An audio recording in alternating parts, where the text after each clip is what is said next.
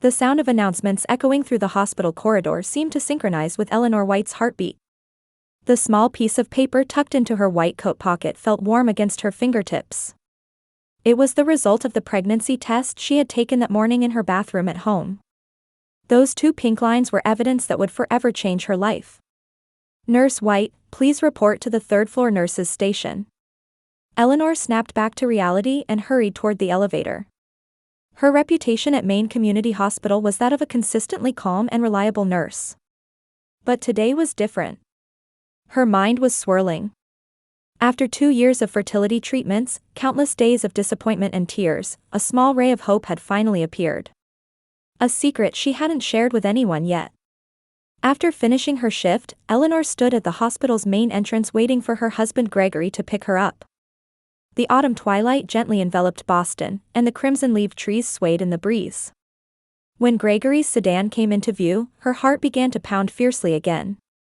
"Hey, Ellie," Gregory said as he got out of the car and kissed his wife affectionately. "How was your day?" Eleanor smiled and said, "Honey, I have something to tell you when we get home." Noticing something in her voice, Gregory studied her face carefully before nodding gently. In their living room, Eleanor finally took out the small piece of paper. She would never forget the expression that appeared on Gregory's face. A complex mixture of surprise, joy, and deep love. As an IT specialist, he was always calm and logical, but at this moment, tears welled up in his eyes. "Really? Ellie, is this real?" Eleanor nodded silently, and they embraced for a long time. For a couple who had endured 2 years of trials together, there was no need to put into words how precious this moment was. The next day, Eleanor saw Dr. Caroline Brown, her obstetrician. A blood test confirmed the pregnancy, and an initial ultrasound was scheduled. Everything was progressing smoothly. Like many couples who struggle with infertility, they savored their joy cautiously. They decided not to tell close friends or colleagues until they safely passed the first 12 weeks. However, deep down, Eleanor was troubled by a weighty issue: how to share this joy with her mother Judith and sister Vanessa. Judith was a respected figure in the local social circle. She was a strong woman who had lost her husband early and raised 2 daughters alone. But her strength often transformed into strictness and perfectionism. When Eleanor chose to become a nurse, she had interrogated her with, "Why not become a doctor?" and criticized her late marriage, saying, "You should have prioritized family over career." In her eyes, her eldest daughter Eleanor was always a not enough. Meanwhile, Vanessa had grown up basking in her mother's adoration. With a glamorous career as a model, if Eleanor was the plain nurse, Vanessa was the shining star. She constantly looked down on Eleanor and even made Eleanor's fertility issues an object of mockery. She had once made the cruel joke, "Your uterus is just like your life, empty and boring." On the day of the 12-week ultrasound, Eleanor and Gregory anxiously watched the screen. There, the heartbeat of their little one was clearly displayed. "Congratulations, everything looks good," Dr. Caroline smiled. "It's safe to share the news with others now."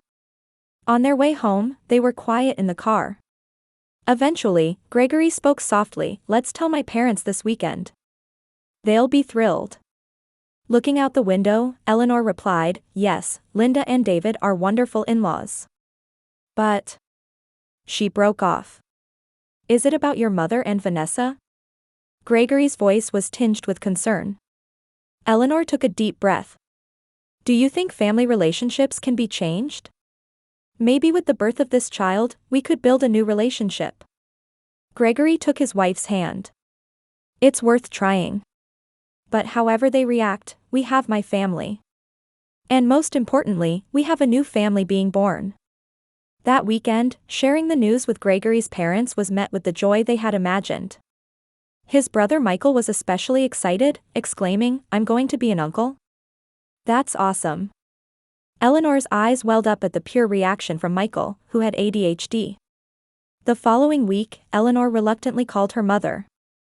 After a cold, businesslike conversation, she summoned her courage and announced, "Mom, I'm pregnant." There was a moment of silence on the other end. "Well, congratulations," Judith's voice lacked warmth. "Is it a healthy baby?" Eleanor's chest ached. Yes, everything is going well so far. I see. I'll let Vanessa know. That was it. Though the word congratulations was spoken, there was no affection behind it. At the 16-week checkup, Dr. Caroline performed a more detailed ultrasound. The baby's development is progressing well, but she began, choosing her words carefully. There are some points that require additional testing. Particularly, this area's development seems slightly delayed compared to standard. With her knowledge as a nurse, Eleanor understood what the doctor was implying. Are you suggesting the possibility of Down syndrome? The doctor answered frankly, we can't rule out that possibility. A definitive diagnosis would require amniocentesis, but from what we can see on the ultrasound, there are several indicators. After returning home, Eleanor and Gregory talked for a long time. No matter what, we'll love this child, Gregory firmly held his wife's hand. My brother Michael leads a wonderful life even with ADHD. It's the same with Down syndrome. Eleanor felt saved by her husband's strength. However, as she was planning a baby shower, a new anxiety sprouted in her heart. How should she tell her mother and sister about this possibility? The thought of their reaction made her stomach tighten.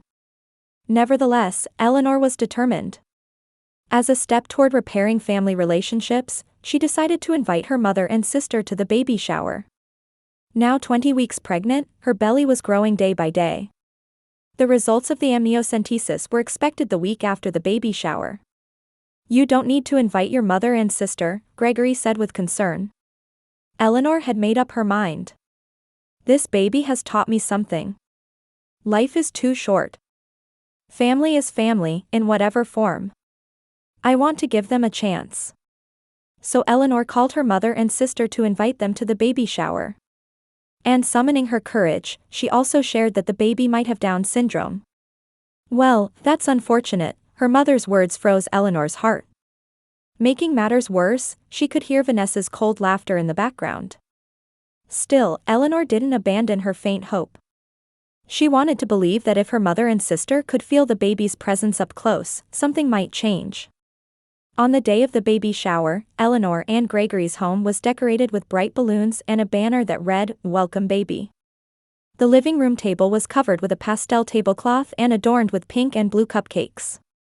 They had used both colors since they hadn't revealed the gender yet. Linda, the decorations are perfect, Eleanor thanked Gregory's mother. Linda Morris smiled warmly. Of course they are. This is our first grandchild. Linda and her husband David had arrived the day before to help with preparations. Gregory's brother Michael had also arrived early in the morning and was excitedly inflating balloons like a child. Ellie, look. I made this teddy bear myself, Michael proudly showed her a handmade teddy bear. Even its clumsy stitches made it more endearing. If the baby cries, press this button and it plays a lullaby. Eleanor's heart was filled with emotion. Michael, this is truly a wonderful gift. Michael smiled happily. It's the first one I've made. I followed a YouTube tutorial. I lost focus halfway through, but I kept going because it was for the baby. Eleanor's eyes welled up at this pure affection. Since being diagnosed with ADHD, Michael had faced various challenges. Yet, his kindness and creativity were never diminished. At 2 p.m., friends and colleagues began to arrive. Eleanor's hospital colleagues brought practical childcare items, while Gregory's coworkers gifted adorable baby clothes. The room was filled with laughter and words of blessing. However, Eleanor's gaze repeatedly turned toward the entrance. Her mother and sister had not yet arrived. Don't worry, Gregory placed his hand on his wife's shoulder. They might not come, but this party is still wonderful. Eleanor tried to smile, but at that moment, the doorbell rang. When she opened the door, there stood Judith and Vanessa. Her mother wore her usual stern expression and an expensive tweed suit, while her sister was in a colorful summer dress, obviously overdressed for the occasion. Hello, Mom, Vanessa, Eleanor greeted them with a smile despite her nervousness. I'm glad you came. Judith merely nodded slightly and entered the house. There are a lot of people here, she remarked coldly. Vanessa looked at Eleanor's belly and said, You've gotten quite big. There was a hint of sarcasm in her tone. Linda welcomed the two. Judith, it's nice to meet you. I hope this will be a lovely party. Judith put on a ceremonial smile and replied, yes, indeed. The atmosphere froze for a moment, but the bright conversation of other guests eased it. The party progressed as planned, and guests enjoyed a baby product knowledge quiz. Eleanor's colleague Kate acted as the host, and winners received cute prizes. Judith and Vanessa didn't participate, sitting in a corner of the room, whispering something. It's gift time. Kate announced. Eleanor and Gregory sat on the sofa, opening presents one after another. They expressed gratitude for each item, and everyone exclaimed, how cute, at Michael's handmade teddy bear. Finally, a small package was handed over from Judith and Vanessa. Mom, Vanessa, thank you. Eleanor opened the package with anticipation. What emerged was a pamphlet titled Early Intervention Program for Children with Special Needs. A sticky note read, pre-booked. The room fell silent. Eleanor felt the blood drain from her face. She could feel Gregory tense beside her. This is. Eleanor stumbled over her words. Judith spoke up. You said the baby might have issues. I thought you should be prepared. Eleanor took a deep breath to calm herself. Thank you, Mom. But we don't have a definitive diagnosis yet. She struggled to maintain her smile. Besides, whatever happens, this child is our beloved baby. Love alone won't get you through, Judith said coldly. Face reality, Eleanor. Raising a disabled child is beyond your capabilities. The air in the room froze. Gregory stood up and said in a quiet but firm tone, Judith, today is a day of celebration. Let's not have this conversation. Vanessa laughed. Celebration? What are we celebrating? The birth of a problematic child. Linda quickly intervened. Every child deserves to be celebrated. My son Michael has ADHD, but he has brought immeasurable joy to our family. Judith gave Michael a disdainful look. That's your values. Our family line doesn't have such issues. Eleanor stood up, holding back tears. This child, whatever condition they're born with, will be loved by us. If that doesn't align with your values, then that's unfortunate. Judith's face hardened. Your naive thinking has always been the problem. You should also consider options for putting this child up for adoption. Please leave, Gregory's voice resonated low. Leave our house right now. The room was tense. Other guests anxiously watched. Eleanor took out the latest ultrasound picture with trembling hands and declared, this is my child. I love them and will protect them. Eleanor, get a grip, Judith said coldly. Your choices are dishonoring the family name. Linda stood up and positioned herself next to Eleanor. Every child is a blessing to be celebrated. With or without disabilities, each life is precious. I won't change my mind on that. Judith and Vanessa sneered. Eleanor summoned her last bit of courage and said, next week, we'll get the final test results. But whatever they may be, my resolve won't change. Vanessa frowned. That stubbornness is your biggest flaw, Eleanor. Always thinking you're right. The room's atmosphere worsened. Michael, waving his hands anxiously, said, everyone, don't fight. Isn't today the baby's day? At those innocent words, the room fell silent for a moment. Eleanor squeezed Gregory's hand. Michael is right. Today is a day of celebration. If you can't participate, you're welcome to leave. Judith said in a trembling voice of anger, so you've made your choice about family. I understand perfectly. She took Vanessa's arm and said, let's go. The two left the room without even glancing at the other guests. The front door slammed shut loudly. The remaining guests were confused and silent. Eleanor, fighting back tears, said, everyone, I'm sorry. Let's continue the party. Gregory's parents and friends comforted Eleanor with warm words, and gradually the party atmosphere softened. But a deep wound remained in Eleanor's heart. As the clock struck 5 p.m., most guests began preparing to leave. Eleanor was in the kitchen cleaning up with Linda. Eleanor, you're a strong woman, Linda said quietly.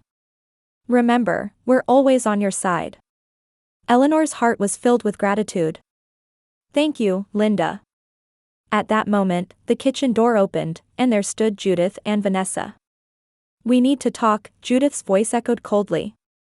Linda sensed the situation and said, I'll step out for a bit. Please do, Judith said coldly. This is a family matter. Linda hesitated for a moment, but after exchanging a glance with Eleanor, she nodded slightly. I'll be right nearby, she said as she left the room. Only the three of them remained in the kitchen. The twilight light coming through the kitchen window cast long shadows on their faces. Eleanor began to speak calmly. What happened today was truly regrettable. But I still think there's room for reconciliation. When this child is born, I'd like you to meet them. Judith's expression changed. Her cold demeanor transformed into one filled with anger. Meet? Don't be ridiculous. Eleanor's chest ached. Why are you so cold? This child is your grandchild. A child with disabilities is not my grandchild, Judith's voice was ice cold. Vanessa laughed. Eleanor, face reality. You've always been dreamy, turning a blind eye to reality. It's the same this time. Do you understand how difficult it is to raise a child with disabilities? It's not about difficulty, Eleanor said with a trembling voice. This is my beloved child. No matter what condition they're born in. Love. Judith snorted. You can't live on love alone. You're a nurse, so you should understand how raising a child with disabilities restricts your life. Your career, your marriage, everything will be sacrificed. Eleanor picked up the ultrasound photo from the table. This is my child. I love them. In that moment, Judith suddenly snatched the ultrasound photo. Foolish child. Her voice shook with anger. We don't want disabled children in this family line. And then she tore the ultrasound photo into pieces. The fragments flew through the air and scattered on the floor. Eleanor stood dumbfounded. She couldn't believe what she was seeing. Mom. Her voice was hoarse. Vanessa laughed coldly. Just get rid of it, a cruel light resided in her eyes. Then I can remain mother's favorite. It took Eleanor time to comprehend the meaning of those words. Vanessa, are you jealous? Jealous. Vanessa's face contorted. Of someone like you? Don't be ridiculous. I just don't want you to cause mother worry. Judith leaned on the table. Eleanor, it's not too late. Abortion or adoption after birth. Choose one. I will never do either of those things. Eleanor cried out through tears. Why are you both so cold? This is life, my child. At that moment, a flame of anger ignited in Vanessa's face. Always like this. You always think you're right. Then, something no one could have predicted happened. Vanessa suddenly lunged at Eleanor and kicked her in the stomach. It's just trash, get rid of it. Eleanor's world darkened in an instant. Excruciating pain coursed through her body, and she collapsed to the floor.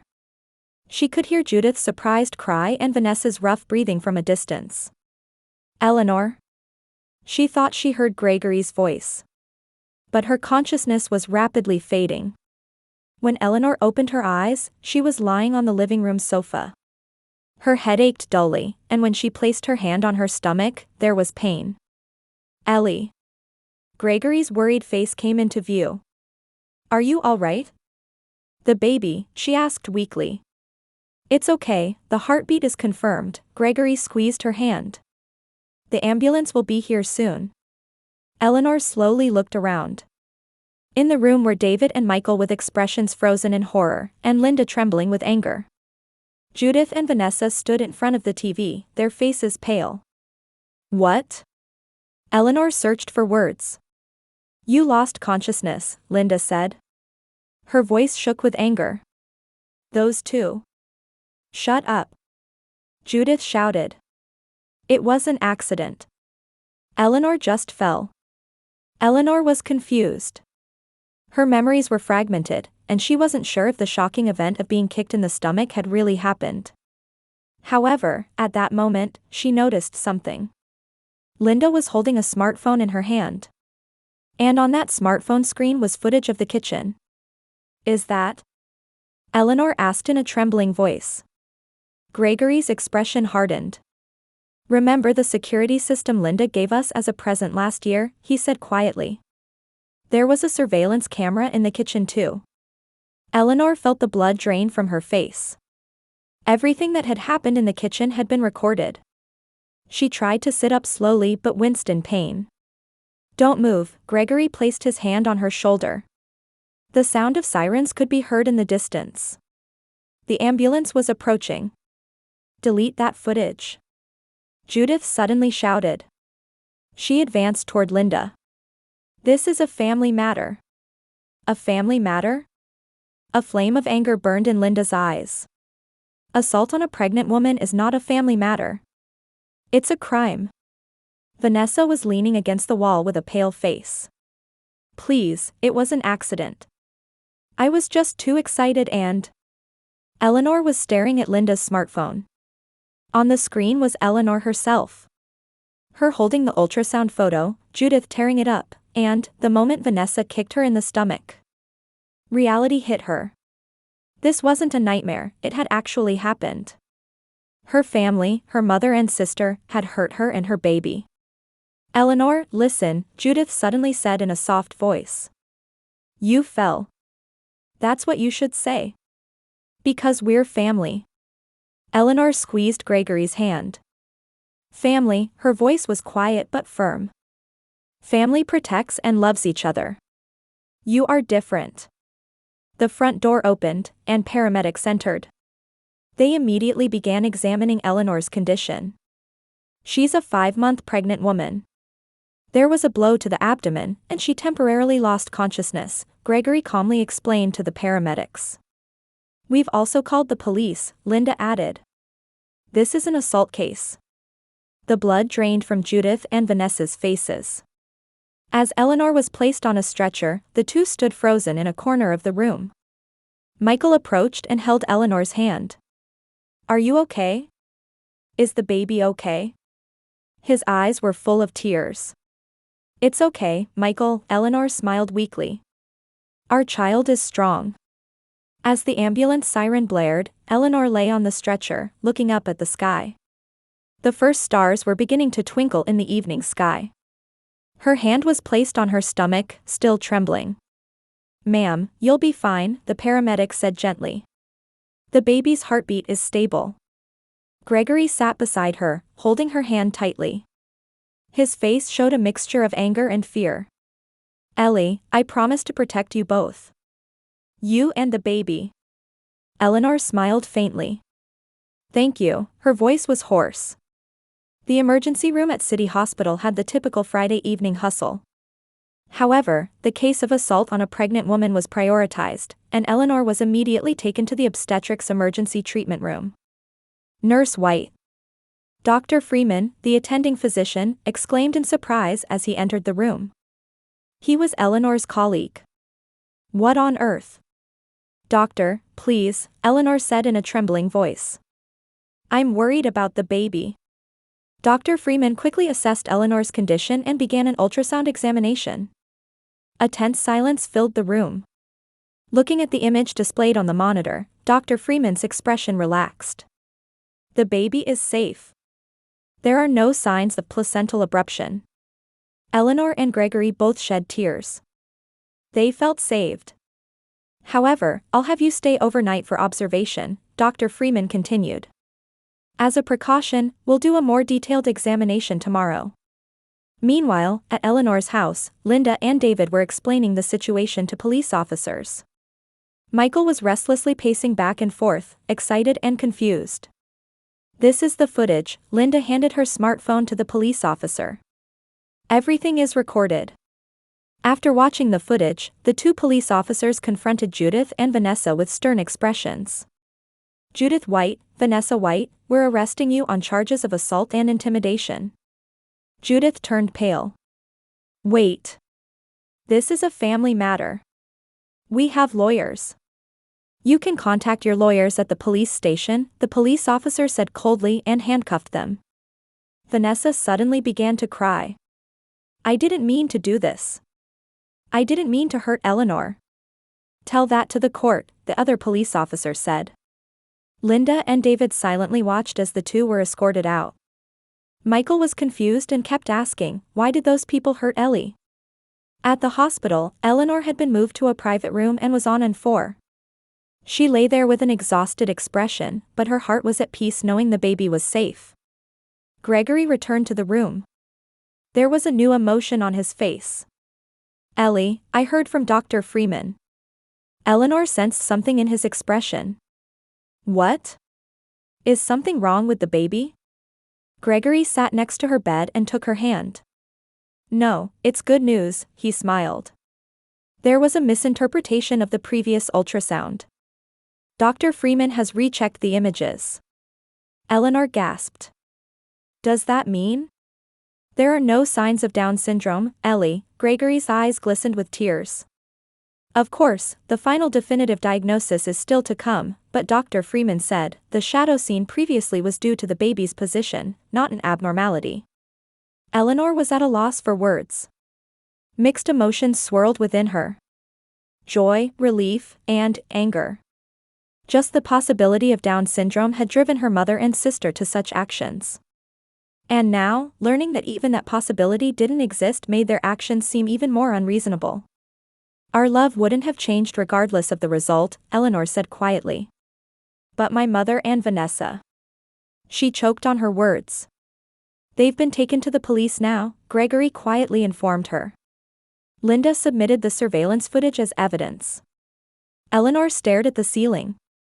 The reality that her own mother and sister had been arrested was too shocking. However, there was a strange peace in her heart. For years, she had craved her mother's love and wished for reconciliation with her sister.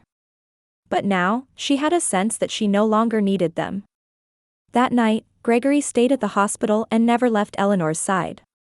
Linda and David also visited the hospital with Michael, showing Eleanor love and support.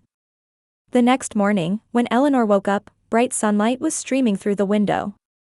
Gregory was smiling at her bedside. Good morning, he said gently. How are you feeling? Good, Eleanor smiled. I feel, somehow free. Detailed tests that day confirmed that there were no issues with the baby.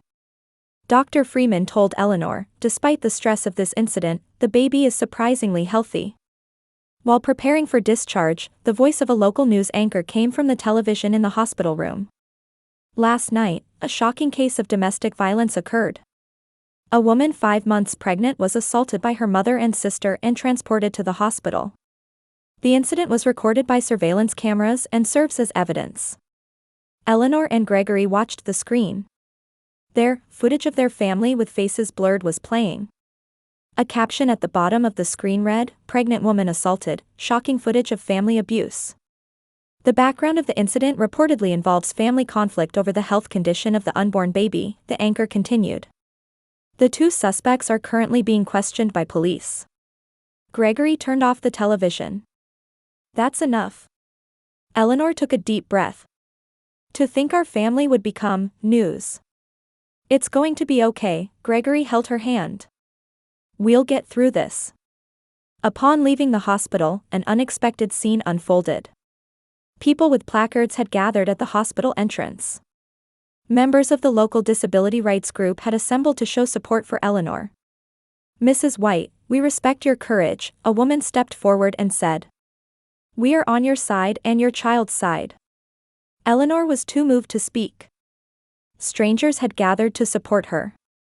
On the way home, Gregory worried, the house might be surrounded by media, but fortunately, their address had not yet been reported. Instead, bouquets of flowers and messages of support had been placed at their doorstep. They were from her hospital colleagues. Entering the house, Linda, David, and Michael were waiting. They had already finished cleaning the house and prepared a warm meal. Michael rushed to Eleanor and gave her a gentle hug. Is the baby okay? He asked with concern. Yes, it's fine, Eleanor embraced his shoulders. Thank you, Michael. Linda stepped forward. Eleanor, you can stay here as long as you want. We're here for you. Eleanor was filled with gratitude for Gregory's family. For the first time in her life, she felt the warmth of a true family. You know, Ellie, Michael suddenly said, even people like me need to be raised with love. At his simple words, tears welled up in the eyes of everyone in the room. That afternoon, there was a call from the police. Judith and Vanessa had paid bail and were temporarily released.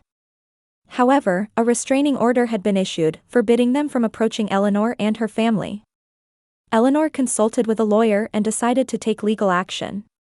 It wasn't an easy decision.